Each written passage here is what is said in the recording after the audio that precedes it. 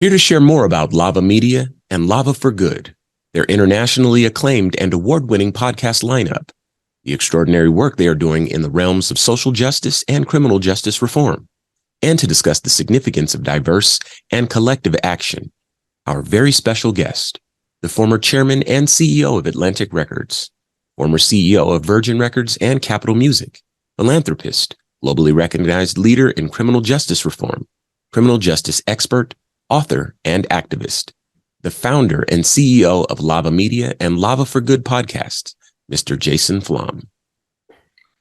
This is the Black Information Network Daily Podcast, and I'm your host, Ramses Ja. All right, Mr. Jason Flom, welcome to the show. How you doing today, man? I'm doing great. So nice to be here with you, and of course with Maggie D. Noen. What a name! The best. Indeed. Yes, sir. So we've been looking forward to talking to you for some time. Obviously, you're making some big moves, and we can't wait to get into your story. But first and foremost, around here, we like to start our stories at the beginning. So for our listeners, let's do them a favor. Let's share a bit about yourself, a bit about your upbringing, and sort of what led you to the career path that you have been on historically, and indeed the one that you're on now.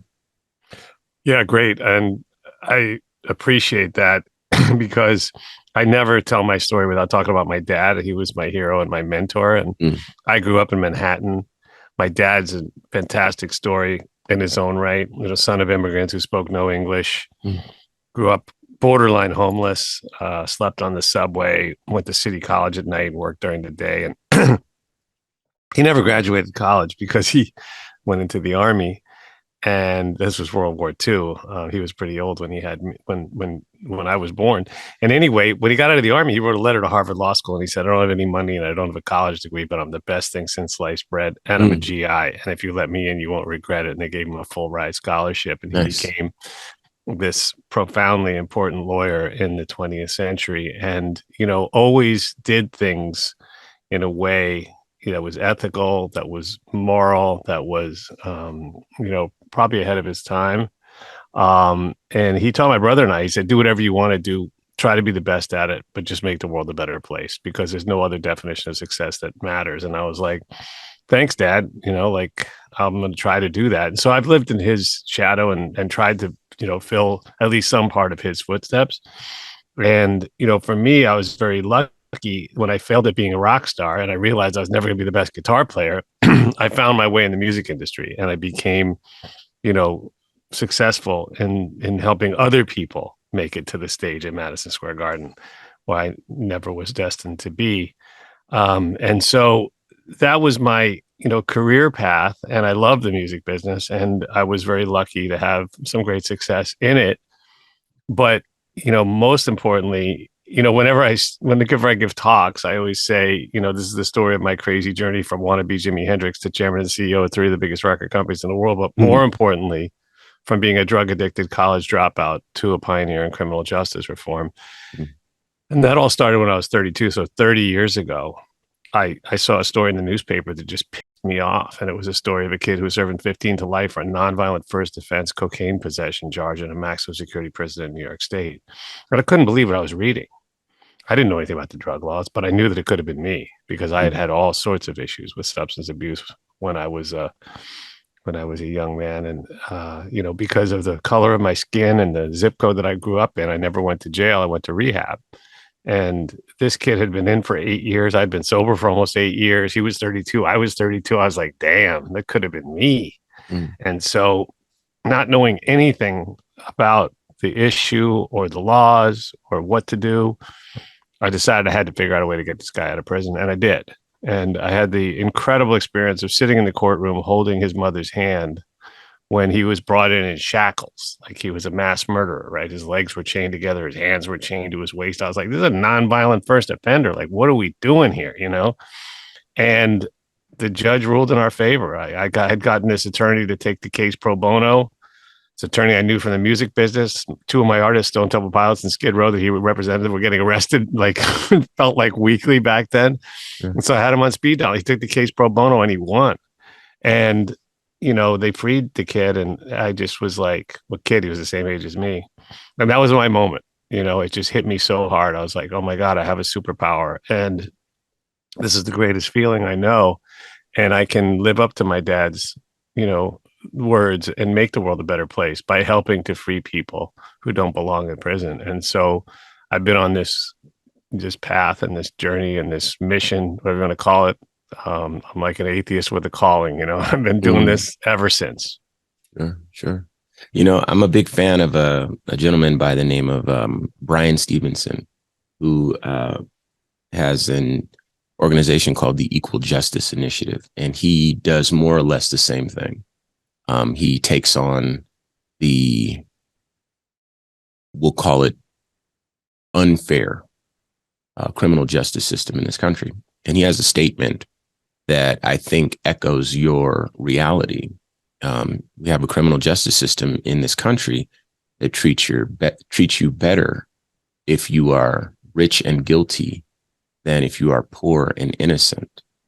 And he goes on to make a point saying that wealth rather than culpability shapes many outcomes for people on the streets. And so kudos to you for not only, you know, being moved by that story, but also taking the initiative and doing something about it. And I'm sure you found meaning and purpose in your calling. And that's what I want to talk about now. So tell us a bit about your organizations, Lava Media and Lava for Good. Let us know about the missions and the visions and so forth in your own words. Yeah, and I want to just you know, add my sort of admiration for Mr. Brian Stevenson. I mean, Please, he please. is a hero among heroes, Mhm. and he has so many incredible things to offer. And his list of accomplishments are uh, just extraordinary. And I love what he says when he says, "I believe everybody's better than the worst thing they've ever done." And I Yeah, think that's something that I hope our audience, you know, really takes in because it, everyone can think back to the worst thing they've ever done and go, sure. man, what if that was the day? Yeah, that was your day that the criminal legal system caught up with you. And then forever we looked at you and went, oh, yeah, you're a shoplifter, or you're this, or you're that, or you're a guy who got in a fight, or a person who got in a fight in a bar, whatever the thing is that you're most, you know, their least proud moment. Mhm. You know, we have so many thousands of laws in this country that we could, you know, it could have been, your outcome could have been different unless you're, I mean, there's very few people who've never done anything wrong. So I don't know, maybe there's somebody listening who's like, yeah, I've never done anything wrong in my life, but I don't think so anyway. But back to your question. So for me, you know, as I got deeper and deeper into this work, I learned about an organization called Families Against Mandatory Minimums, now called FAMM. I encourage everyone to look up FAMM.org. They're doing extraordinary work eliminating mandatory sentences, which are an insane, uniquely American creation that lock people up for decades and decades um, for crimes that maybe shouldn't even be crimes in the first place, or crimes that might be treated much more humanely. And then that led me to the Innocence Project, where I became the founding board member there. So I was the first board member at both of those incredible organizations. And I'm not the founder of the Innocence Project. That's Barry Scheck and Peter Neufeld. By any means, I'm not the founder, but I'll be clear about that. But I have been there for, oh, I don't know, 27 years or something like that. And so to lead into your question, what happened for me was that as I got to be around these extraordinary human beings, these people who are actually innocent of crimes that they were convicted of, Mhm. many of whom I visited in prison or recorded podcasts with in prison. Of course, I have my show Wrongful Conviction on iHeart, which has been downloaded now. Well, we're actually just about to hit 50 million next week total downloads, so I'm very Nice. excited. Our streams, um, but we'll be celebrating that, of course. But the um, the experience of being around these incredible human beings who, almost to a person, have no bitterness in spite of the fact that they have every right to be bitter about because they've been dealt the worst hand of cards you could possibly have, right? I don't know what could be worse. Most people can't imagine anything worse than being convicted of a crime you didn't commit and sentenced to death. Again, we're the only Western country that has the death penalty. We still have it generations after every other Western country has abolished it, and many Sure. places in the rest of the world. Sierra Leone just abolished it abolished it. Like, what the hell are we doing? Right. So I don't even know if I'm pronouncing that right, Sierra Leone. But so my thought was with the podcast when we created it back in 2016, I wanted to create a platform for the people who have these lived experiences, these incredible souls who look at the future, and not the past, who have this almost otherworldly grace about them, right? In spite of the fact that they've been, like I said, they've been sentenced to these insane they've been sentenced to spend decades or the rest of their life, or sentenced to death for crimes they didn't commit. Some of them have already been released because they've been proven innocent. Other ones are still fighting to prove their innocence, but we know their innocence because we have evidence. And I thought, if we can share these stories with a large group of people, instead of me just talking about it to people one at a time or giving speeches, then we have an opportunity to change hearts and minds, and hopefully be able to free some of the people whose stories we're telling, because let's face it, pressure breaks pipes. You guys know that. Mm-hmm. And it's probably part of the reason why you're doing this as well. And maybe influence policies, because at the end of the day, people respond to individual stories, right? We can sit here and rattle off statistics all day long, right? I mean, I don't think most people know that we incarcerate Black people in America at a rate that is much higher than South Africa during apartheid per capita. Like, you look at those things and you're like, wow, that sounds crazy. That's crazy. But even still, when you hear the individual human story of Billy Allen, right, or so many of the other extraordinary people that we've interviewed, that I've interviewed, and our guest hosts have interviewed,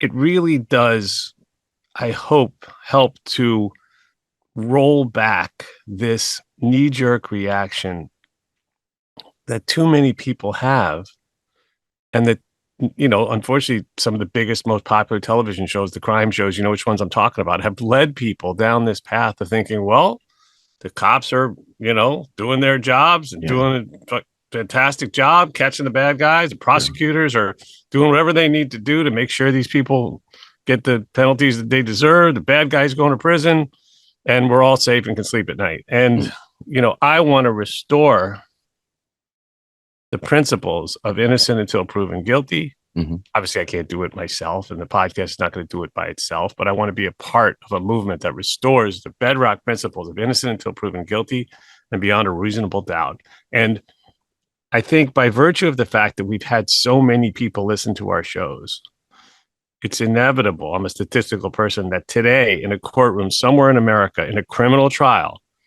there's a juror who's a fan of the show, right? Who's heard multiple episodes, who's going to be in that jury room and is going to go, no, I'm not buying this, because I've heard and seen this too many times on the Wrongful Conviction podcast, and I'm not falling for it just because somebody is saying this, that, the other thing. I'm not convinced. And if you're not convinced, you can't vote guilty. It's beyond a reasonable doubt. Yes. And yet we have these case after case when you listen to our show, and I'm sure you probably heard something where you sit there and go, reasonable doubt. It's an unreasonable doubt. I mean, this person is clearly innocent, and yet there they are sitting, as we're sitting here now having this conversation, 12:45 on a Wednesday afternoon. These people are sitting in a prison cell, a basic dungeon, suffering every minute in draconian conditions that would make anyone else in the Western world, and probably many Americans, if they were aware of it, feel really pretty sick if they knew. Sure. And, I'll add to that the ripple effect of that is that the families of these folks suffer as a result of their absence and their imprisonment. And then the communities suffer because these things tend to happen en masse when it comes to Black and brown communities. And so the ripple effect goes well beyond that individual's suffering. And that's something that a lot of people may not consider.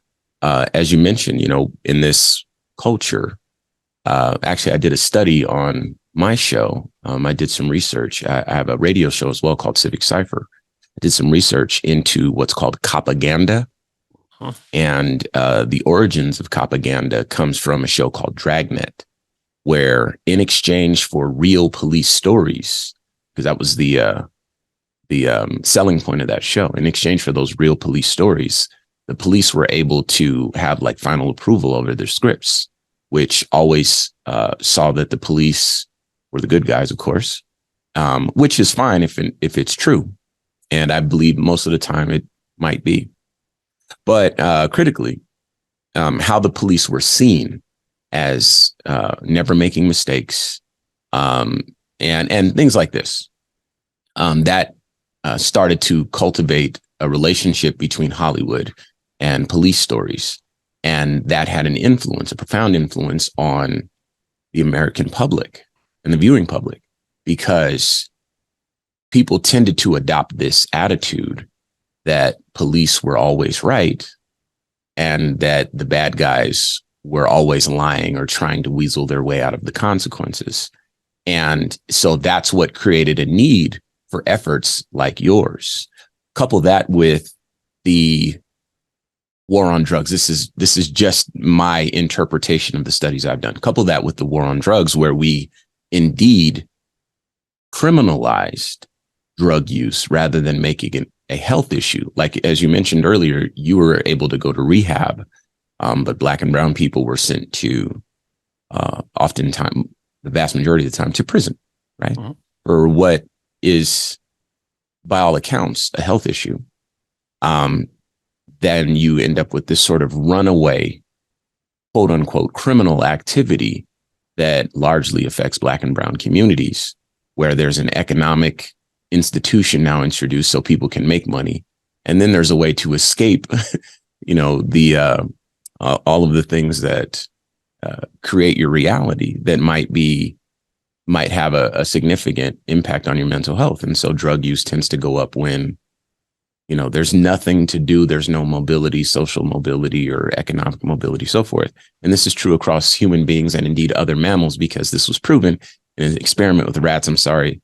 I've done a lot of research with this stuff. So again, a very meaningful conversation to have with a person like you who's actually on the ground fighting for this. I sit behind a microphone and I try to share with the listeners, but my hat's off to you. And to, it's very rare that I get to talk to someone who has actually taken this information and been able to implement it in a real way in real people's lives. And so this is something that's very meaningful for me. Now, let's make sure that we get you back on the microphone before I take up all your time. Go ahead. Sorry, I was going to say, you just dropped a lot of knowledge in one little rant, which I appreciate. And I think there's so much good. Maybe people could rewind and just listen to what you just said again, because I'm going to when I listen to this episode.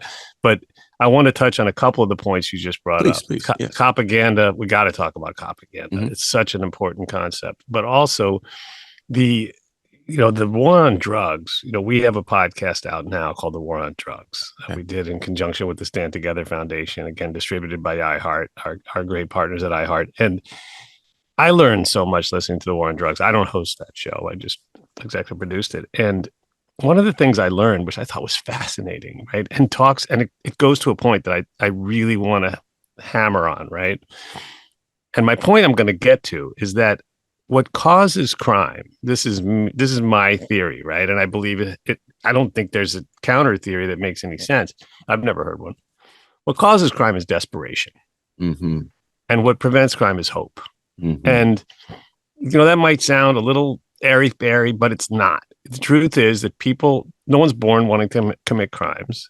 And desperation, people say, well, what about mental illness? I consider that a subcategory of desperation, right? People get to a place where they act out in a certain way because of things in their life that have led them to that point. I'm not saying that all criminal behavior is excusable, or I think there's some people that we have to figure out what to do with. I think we could safely release at least 80% of the people in prison in America today and have no increase in crime and actually a benefit to public safety. But I'm not a pure abolitionist. I don't think that we could just allow everyone to go free, because I think there's some people that are just so prone to violence that society does have to be protected from them. But I think it's less than 20%. I'm just being generous and saying we could release. I'm being circumspect in saying we could release 80%. But in the war on drugs, you referenced the rat experiment. And I think I was shocked to learn about the rat experiment because we all heard about it growing up, right? Mm-hmm. There's the famous experiment that was done 100 years ago where, and again, this is in the War on Drugs podcast, so I encourage people to listen to it. There's so many other great tidbits in there, but the War on Drugs podcast. So I'm sorry. So the experiment with the rats. Mm-hmm. So they famously took one rat after another and put it in a cage under bright lights. And in the cage was nothing except for two spigots. One had water and one had water that was laced with heroin and cocaine. Mm-hmm. And then they watched and they observed. And they found that every rat within 2 weeks was dead of an overdose. They just kept hitting the cocaine spigot until they eventually overdosed and died. And the conclusion that was drawn was, well, if you let people have access to drugs, they're going to overdose and die. So 50 years later or so, a guy comes along and goes, let me get this straight. You idiots took rats and put them in a cage by themselves under bright lights with nothing to do all day. Rats are social animals. They need stuff, right? They're like humans in that sense, right? They need certain things to keep them okay. They need other rats. They need stuff to climb on, things to do, right? They need things to do, right? They need rat stuff to do. And if you take all of that away, you're driving that rat crazy. And then you're wondering why it's doing drugs, right? Mm-hmm. Why it's choosing drugs. Well, let's try this experiment again. And he created what he called Rat Park. So he recreated the experiment, but this time the rats had other rats to play with, and they had, different things to stimulate them in different ways, right? I don't know if there were colorful things and maybe a little hill to climb on, or like whatever was in there, right?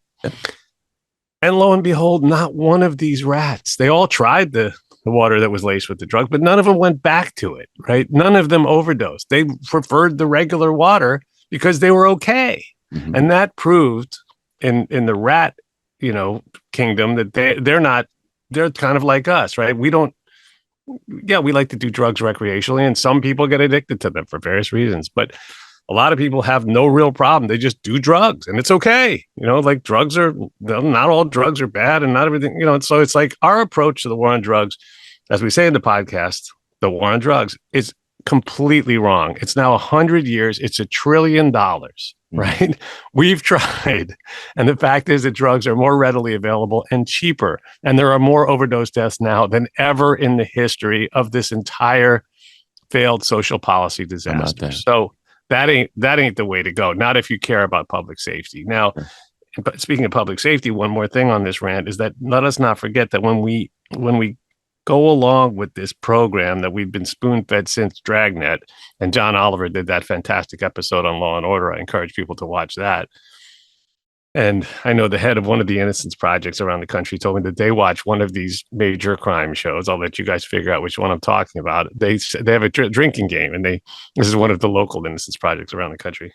And she said their drinking game is every time there's a constitutional violation in the show, they take a shot. And by the first commercial break, everyone's out cold. You know what I mean? It's like, so that's one thing. But I want to get back to propaganda.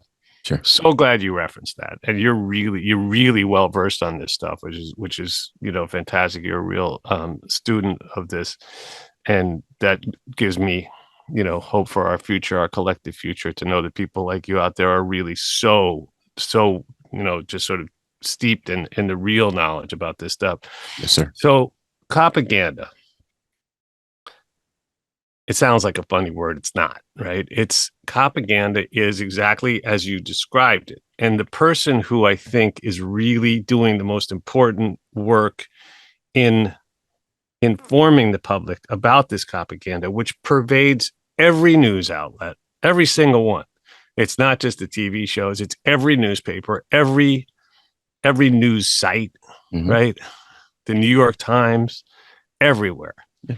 Local TV. The guy I'm talking about, local TV all over the place, is Alec Karakatsanis. Do you know that name? This is new for me, so please. Okay. So Alec, ALEC, and his last name is a tongue twister, but it's KARAKATSANIS. Alec Karakatsanis.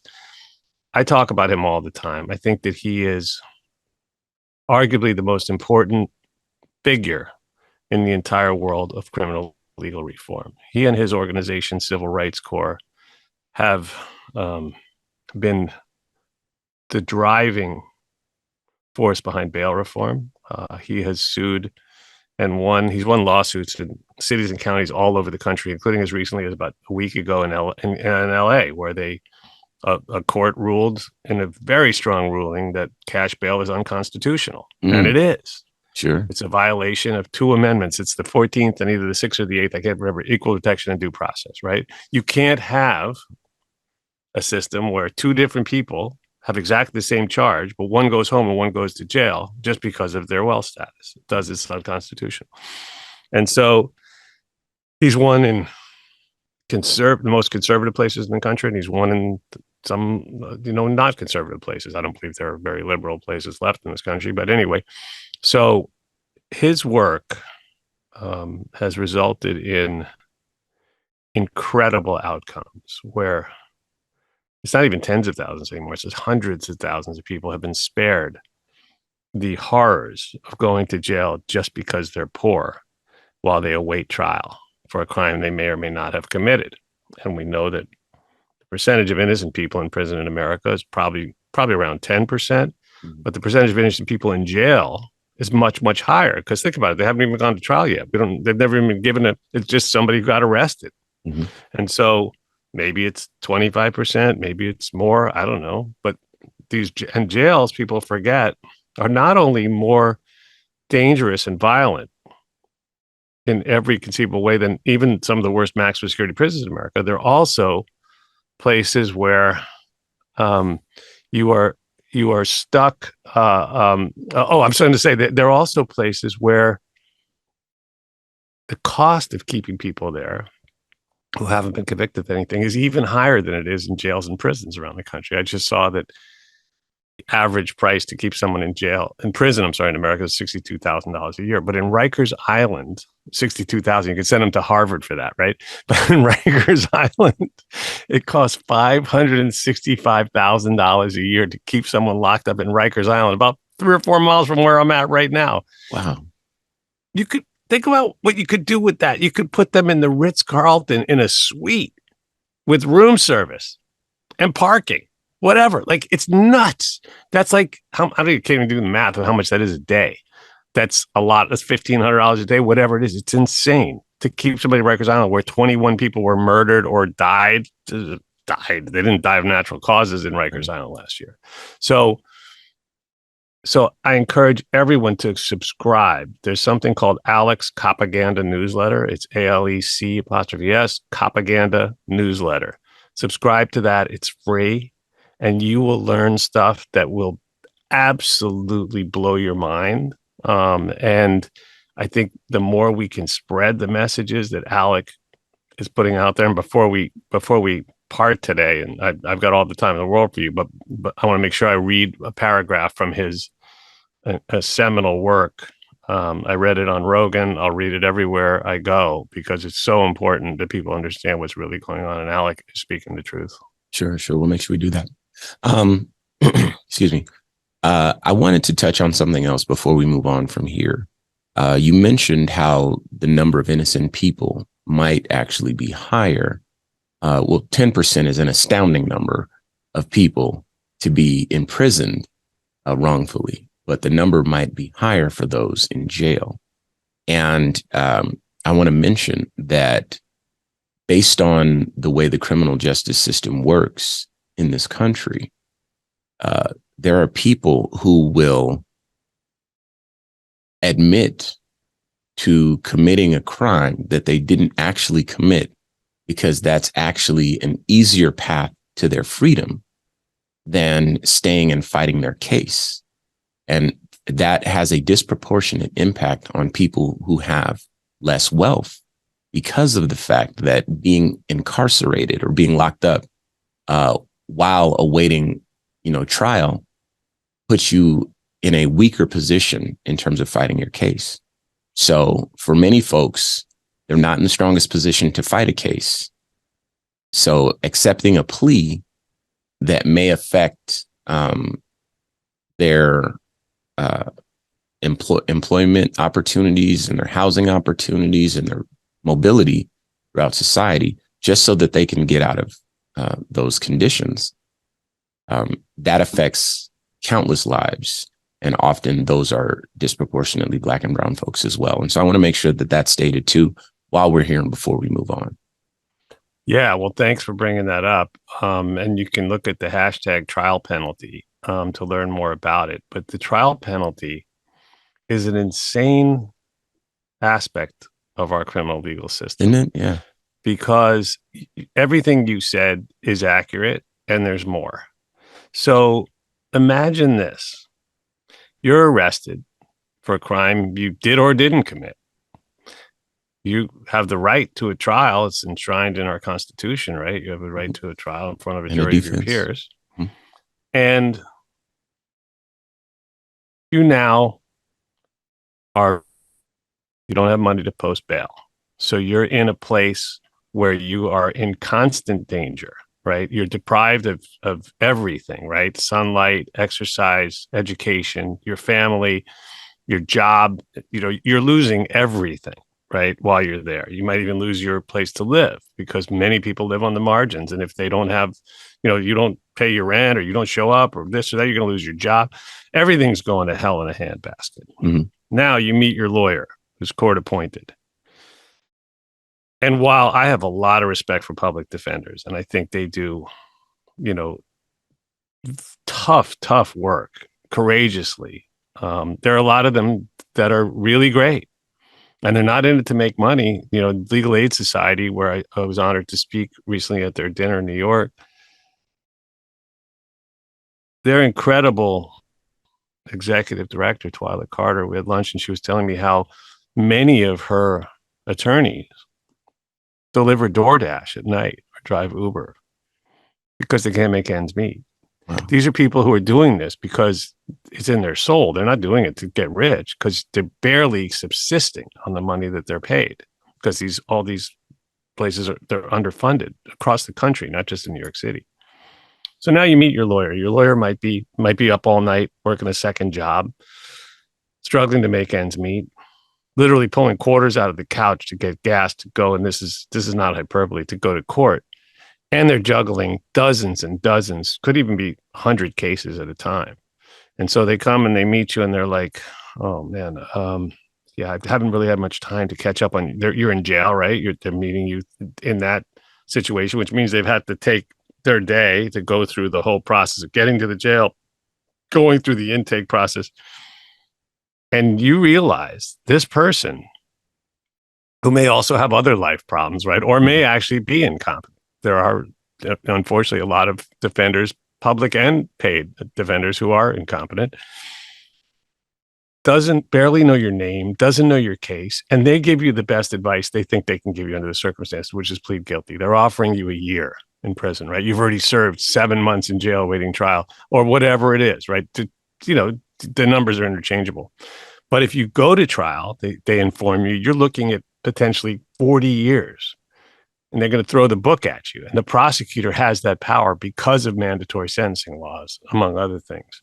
Mm-hmm. So you're faced with this Sophie's choice. You may be able to walk out that day if you take a guilty plea, or you're going to sit there and await trial in this hellhole that you're in and face the possibility of spending the rest of your life in prison or decades and decades or whatever it may be. So for many people, as you so correctly pointed out, the best option is an option that is terrible, which is pleading guilty for, which means, giving up your right to a fair trial that you're entitled to.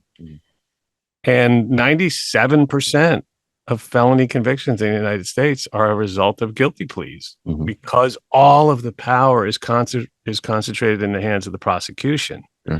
So, just Lady Justice with the scales, right? Like it really should be tipped all the way. There's nothing equal about it. It's not a fair fight unless, as you pointed out, you have the ability to not only to hire experts, but also, and again, you touched on this, right? If you're in jail, let's say you're accused of robbing a store, whatever it might be, If you're not in jail awaiting trial because you were able to post bail, you can go to that place with your attorney and say, look, see here, I couldn't have been there because I was there, or this, whatever that might be, right? You can participate actively in your own defense. Mm-hmm. And let us not forget also, and I don't think this gets enough play, if you're in jail, another crazy aspect of this situation is they wake you up the day you're supposed to go to court at 2 a.m, whatever it is. They take you to another cell to await the bus to go to the courthouse, right? And I'm sure that bus is packed. You missed breakfast. You didn't get sleep.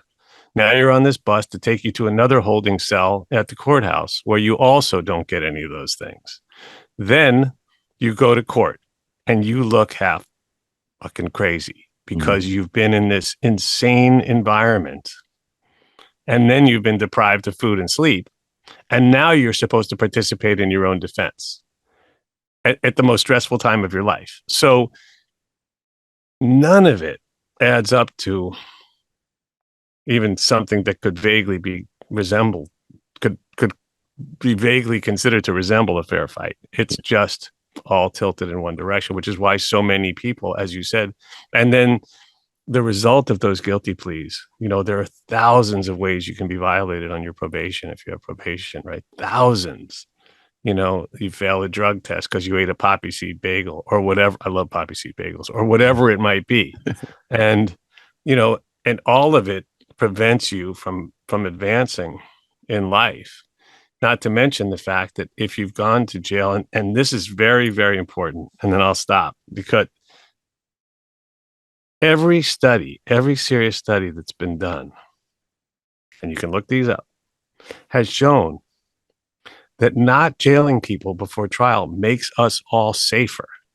And it's actually logical, because if we talked about this, if you're jailed pre-trial, even if you're in for 3 days, 7 days, whatever it might be, right? Which is, relatively short compared to what we're talking to. I've got a case I'm working on in Kentucky where a guy's been in for over 10 years awaiting trial. 10 years, no trial. Really? Yeah.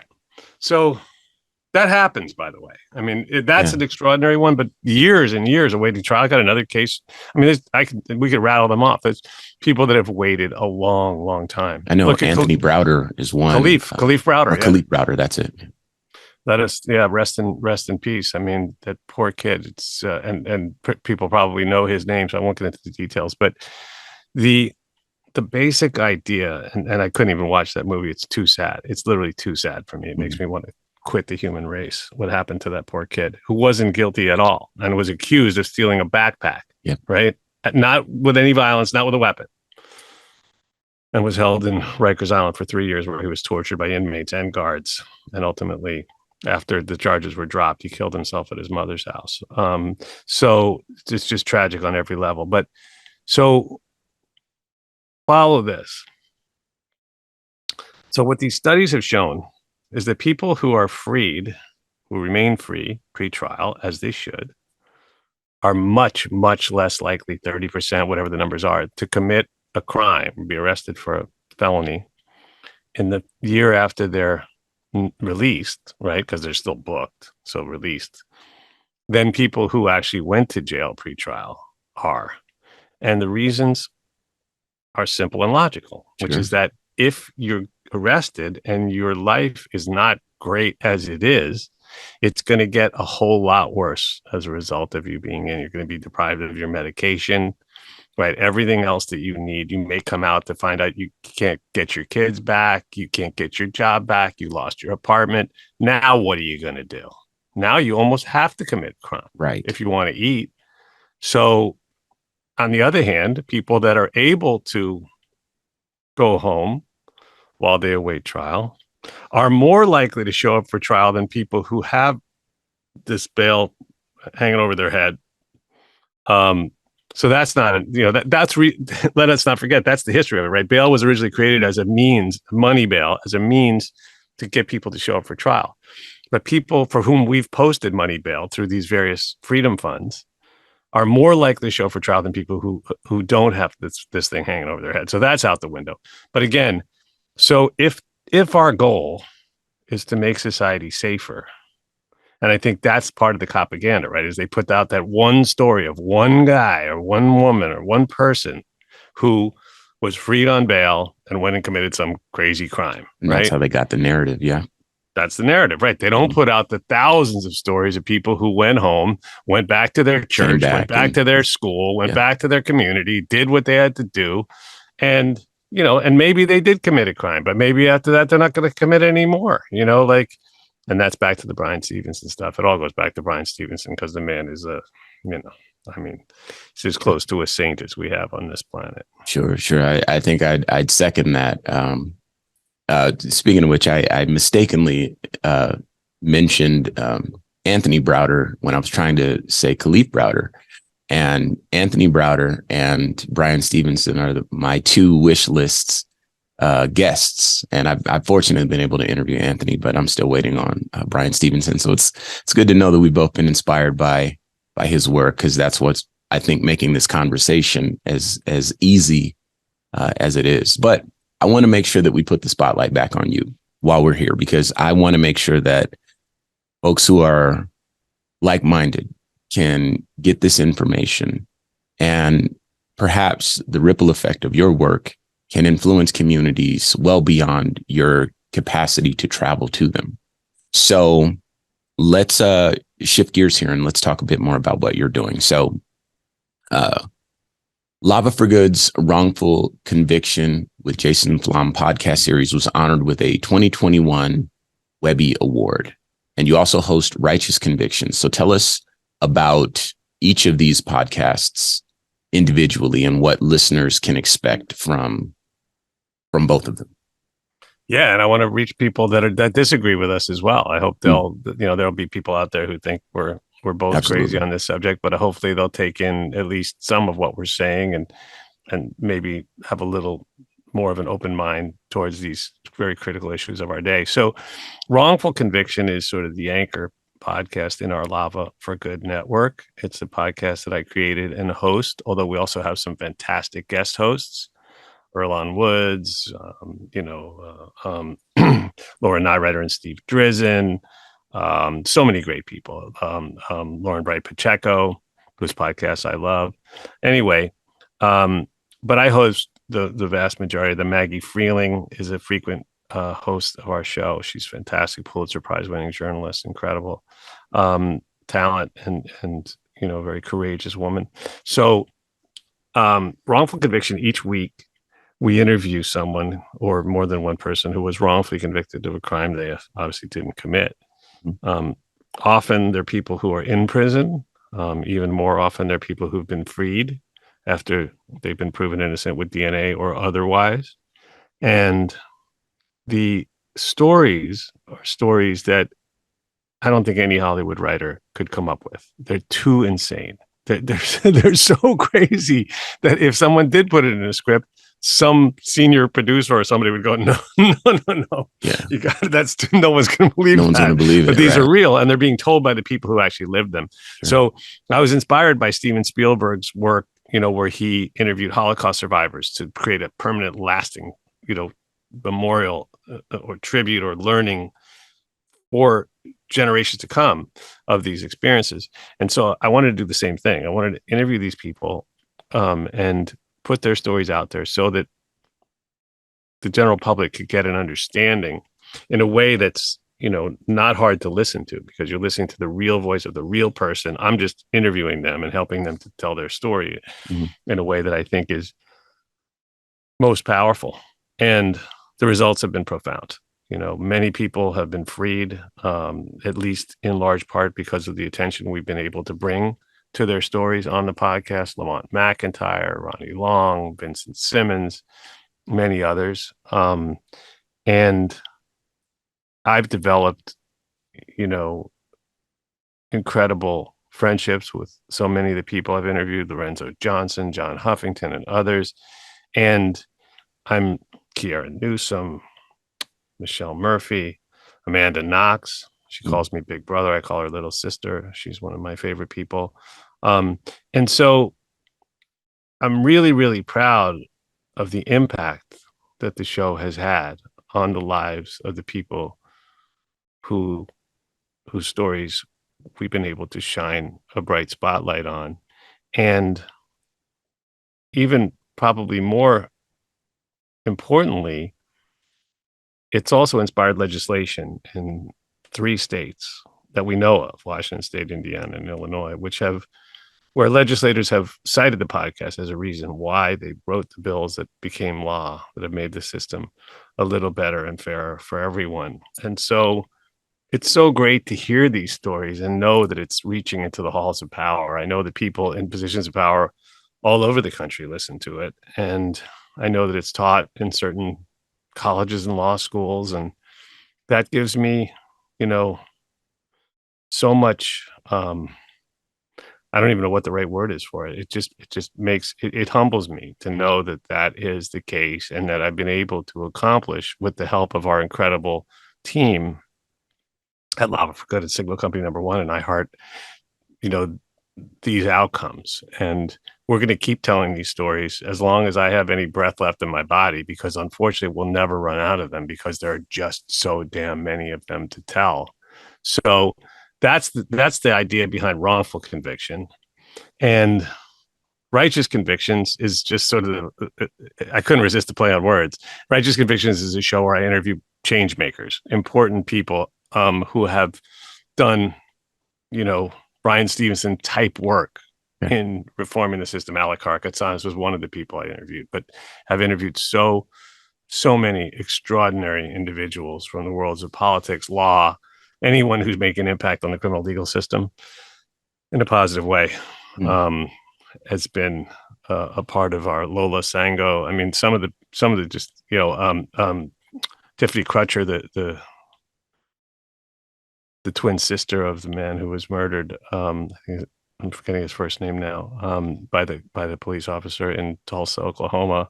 Oh, I know. I know what you're talking Dr. about. Crutcher. Yeah, she has devoted her life to trying to change the system so that what happened to her brother doesn't happen to anybody else. Of course, it always will, but hopefully it will happen less.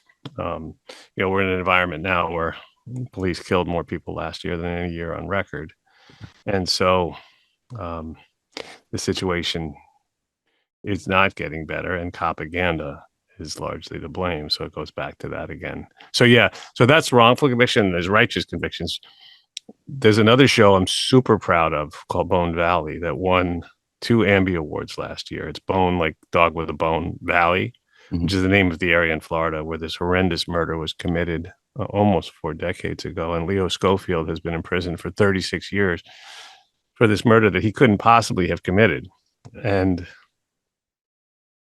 on our show, which is hosted by Gilbert King, another Pulitzer Prize-winning journalist, the actual killer confesses in details that only he could know. And so you have the killer confessing, the actual guy saying all along that he's been innocent. He's never, get how crazy this is. This goes back to your previous point. Leo Schofield was offered a plea. It was the murder of his wife. He was 21. She was 18 in Bone Valley, which is in Osceola County in Florida. So he was offered a plea of 10 years, which in those days would have meant he would have served about 3.5 years. If he went to trial, he was facing the death penalty. Now, think about this. If he was guilty, what guilty person would possibly turn down an offer that sweet? Yeah. Right? You're telling me 3.5 years I'm going home and I got away with murder? And the flip side is I'm going into this system that we've described on this show where I know the odds are stacked against me and I'm probably going to get the death penalty and I'm going to roll those dice. No, you're not, buddy. That's just, you got to suspend a lot of disbelief. And then it goes downhill from there. But every episode of that podcast is like a layer of an onion. If you like Serial, you're going to love this. If you like those type of shows, you're going to love this podcast. Bone Valley, check it out. You can send me if you don't like it, send me a DM. I'll try to give you the hours of your life back that you spent listening to it. But yeah, so look, it's all part of the same, you know, pushing the same snowball up the hill, right? And eventually, I think, you know, slowly but surely, we're going to get there, and we're going to create a system that actually serves the people, as opposed to serving entrenched interests, which is what we've got now. I want to say something to you. Um, I work in a space, a social justice space. I'm a longtime broadcaster and longtime DJ. Hence the get you back to life, De La Soul, or sorry, Soul to Soul reference that I dropped before we started recording.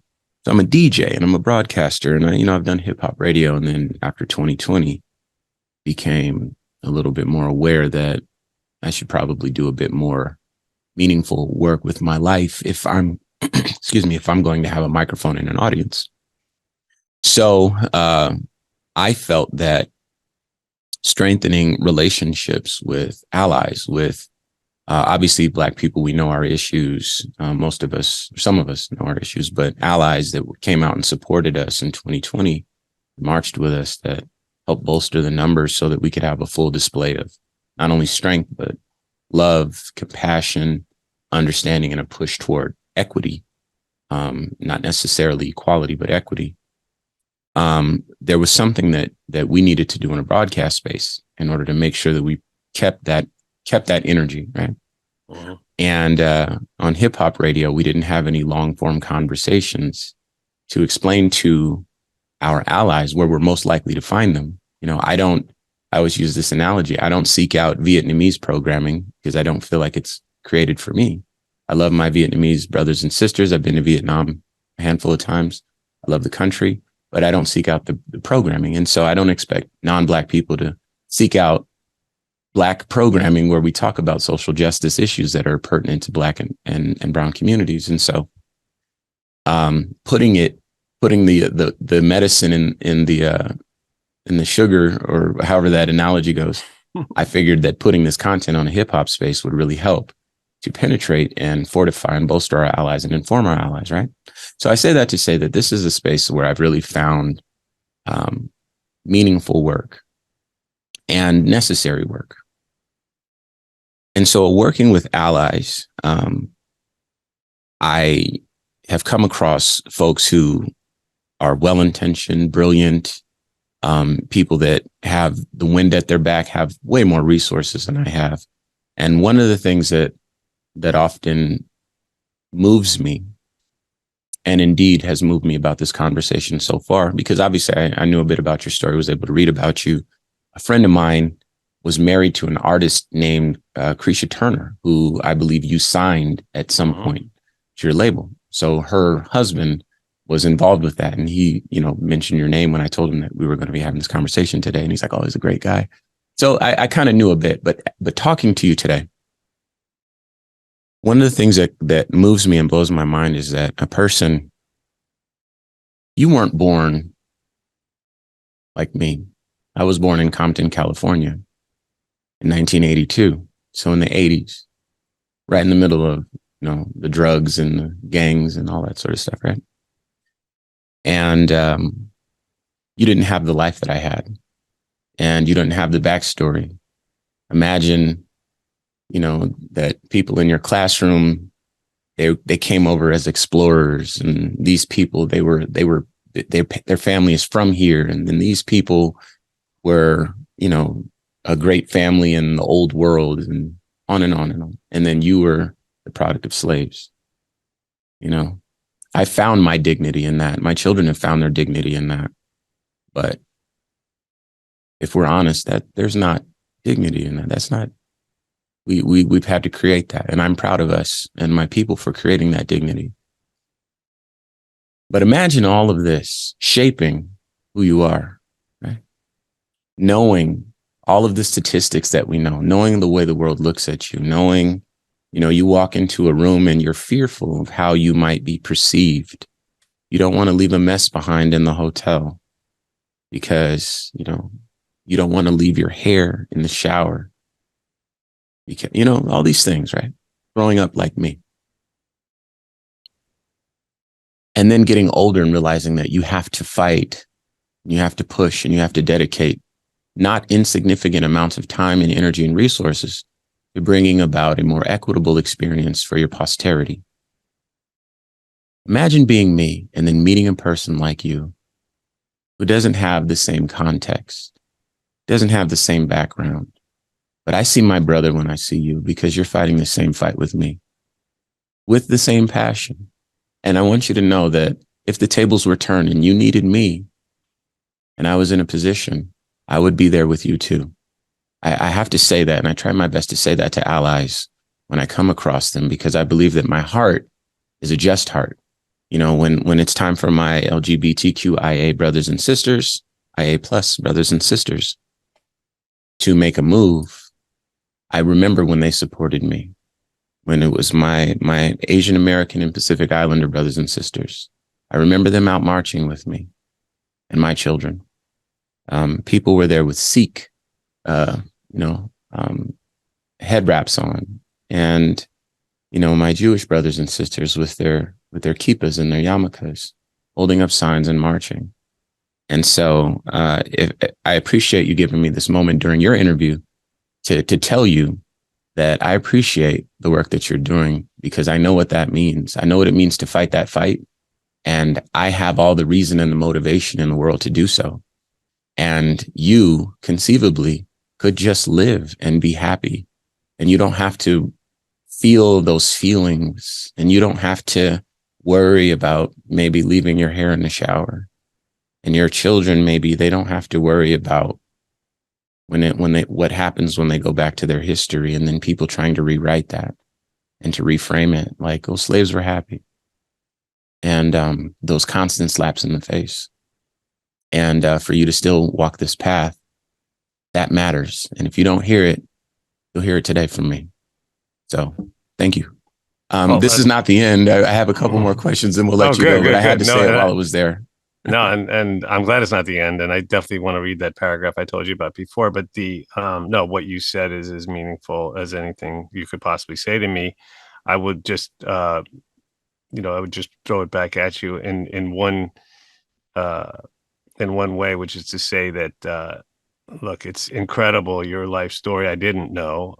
And now that I know it, it becomes, it takes on a whole different level of significance. Growing up, as you said, in an environment in which it's a miracle that you're here, alive, not a victim of so many things that happen to people by virtue of the fact that they were born in a zip code that's not unlike yours, that you were born in. And, and there are certainly people who have, transcended that and gone on to fantastic success and have forgotten, and are happy to be where they are and chill, so you don't have to do it either is the only thing I would say. I mean, you come from a different, obviously a very different path. But it would be, and it makes me really sad when I see those stories, and we don't need to name any names. We can all think of some people like that who came from extreme hardship, made it, and then we're just like, I'm good, so respect to you for that as well, and for reaching back. And yeah, and it's an honor for me. It's a duty. Again, I learned it from my dad, like we need to do everything that we can to lift up the people who are in need of a little bit of a, of a shot. I heard somebody who was an exoneree talking about at an event where they were promoting second chance hiring. And he was like, man, where I come from, this is first chance. He goes, I didn't get the first chance. This is first chance hiring. You guys got it wrong. And I was like, wow, that hit me hard, And so I think it's extraordinary to be here with you and talking about these issues. I can, like I said, I mean, I feel very, very lucky and blessed that I found something in my early 30s that feels so just natural for me. I like to think I'm good at it. I've been able to affect some really positive outcomes. I use largely the same skills that I use to find great artists, to recognize genius and talent before other people see it, and when other people don't see it. And I find that I can apply some of those same, it's an instinct, right? And I see injustice, I recognize it, and I have a need to do something about it whenever I can. And I see great leaders the Brian Stevensons, the next generation of those people, Mhm. and I recognize them, and I'm able to put resources behind them in many cases, and I'm able to elevate their messages by virtue of having become a public figure. And so that's what I'm going to continue to do, because we must, I mean, I don't, you know, I can't just look at something that's wrong and go, yeah, but I'm good. You know what I mean? Mhm. And a lot of people do a lot of good things, and a lot of people that are listening now, they have their thing that they do. Yeah. They work with kids who have, challenges. They work Mhm. with, Sure. animals, right? Which is a big thing for me as well. They work with, there's a million good causes out there. They're working on environmental issues. There are people out there on the front lines, as you talked about, from all walks of life, protesting, putting their bodies in harm's way. And, I have mad respect for everybody who's doing anything. I'm just older and have a little more free time, so I can spend more time on this now than ever before. And I think what you'll find for people that are in their 20s who are just still, haven't really found their niche, their thing that they want to do. I will say that everybody that I know that works in the field that I work in, even with all the frustrations and all the anger that we feel when we see these injustices, I feel like we derive so much meaning from the work that we do. Right. Whenever we're able to elevate these stories and even in the best cases change the outcomes, it's a feeling that, just like that first time, that first guy that I was lucky enough to sit in the courtroom when the judge, banged that gavel down and sent him home. I was like, that's the best feeling I know, and I'm going to do more of that. Mhm. And so, yeah. So anyway, I'll get off my soapbox now. You want to read this paragraph, by the way, before you ask these last two questions? Sure. Let's do it. Let me find it real quick. I'm going to go to, so this is an excerpt from Alec's book, which is called Usual Cruelty. Yeah, Usual Cruelty. I got to Google it right now, pull it up right now. And again, I read this on Joe Rogan, and I'll read it everywhere I go because I think it's that important. So it's just one paragraph. So stay with me. Okay. This is from Alec's book, Usual Cruelty. Alec Harkitsanis. On January 26, 2014, Charnel Mitchell was sitting on her couch with her 1-year-old daughter on her lap and her 4-year-old son to her side. Armed government agents entered her home, put her in metal restraints, took her from her children, and brought her to the Montgomery City Jail. Jail staff told Charnel that she owed the city money for old traffic tickets. The city had privatized the collection of her debts to a for-profit probation company, which had sought a warrant for her arrest. I happened to be sitting in the courtroom on the morning that Charnel was brought to court, along with dozens of other people who had been jailed because they owed the city money. The judge demanded that Charnel pay or stay in jail. If she could not pay, she would be kept in a cage until she, quote, sat out her debts at $50 per day or at $75 per day if she agreed to clean the courthouse bathrooms and the feces, blood, and mucus from the jail walls. An hour later, in a windowless cell, Charnel told me that a jail guard had given her a pencil, and she showed me the crumpled court document on the back of which she had calculated how many more weeks of forced labor separated her from her children. That day, she became my first client as a civil rights lawyer. So obviously there's a lot in that, but I think it's important that we at least mention the fact that in our country, that's how the system functions, right? Sure.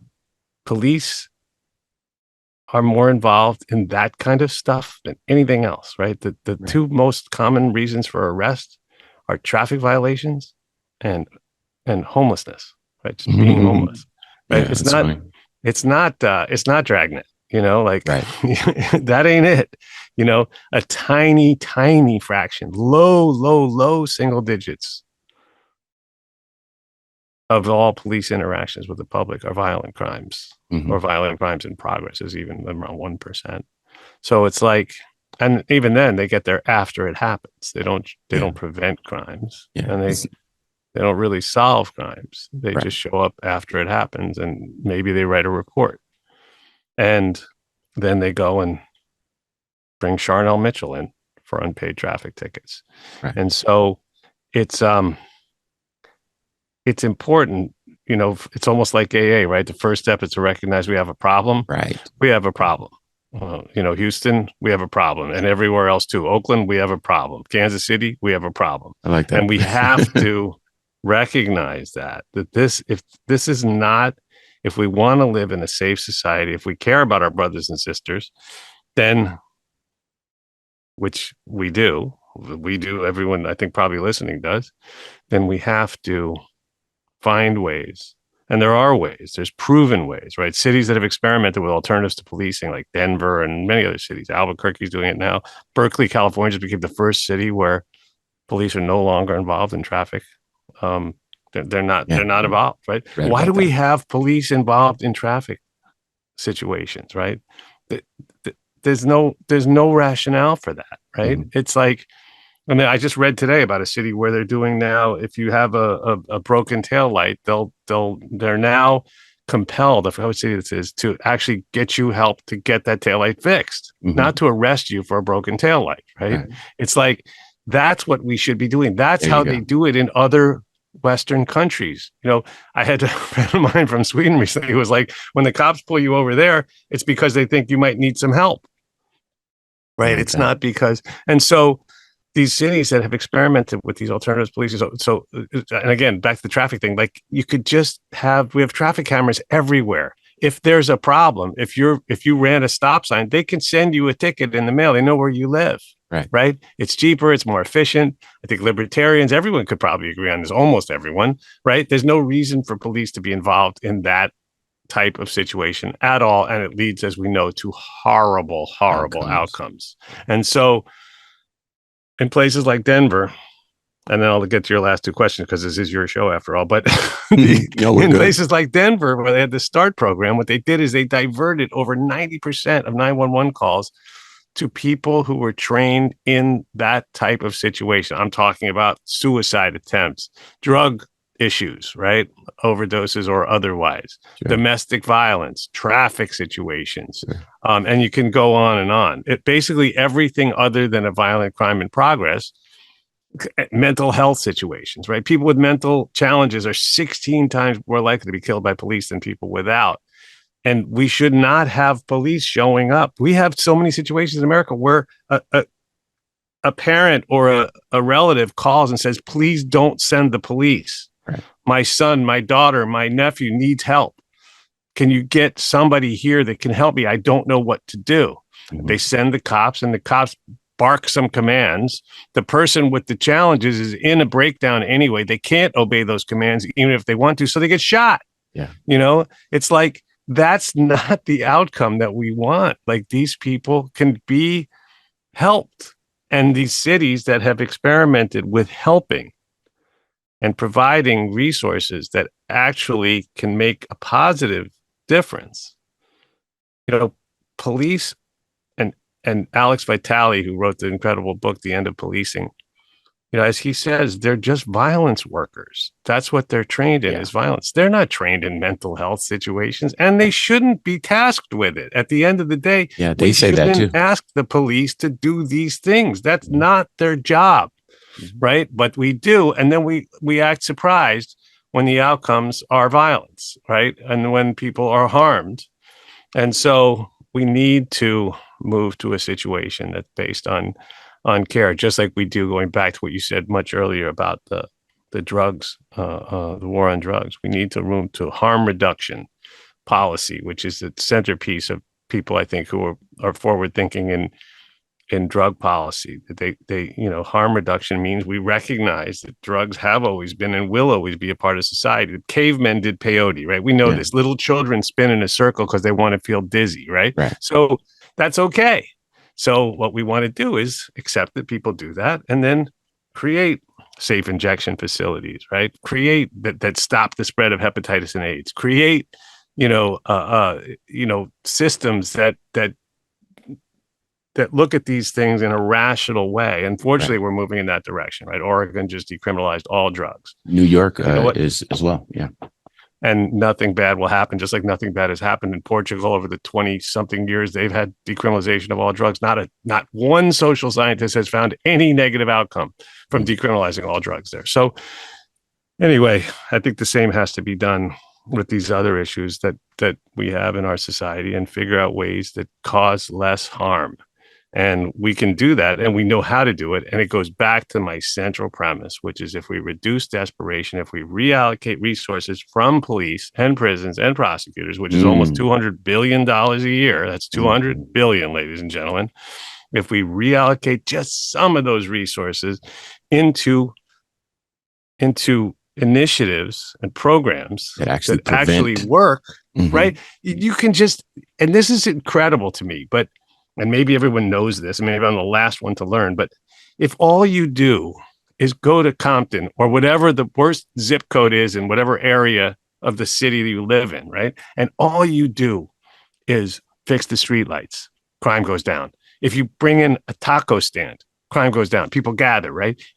We know how to do this. If you create a green space, crime goes down. If you take the garbage off the streets, crime goes down.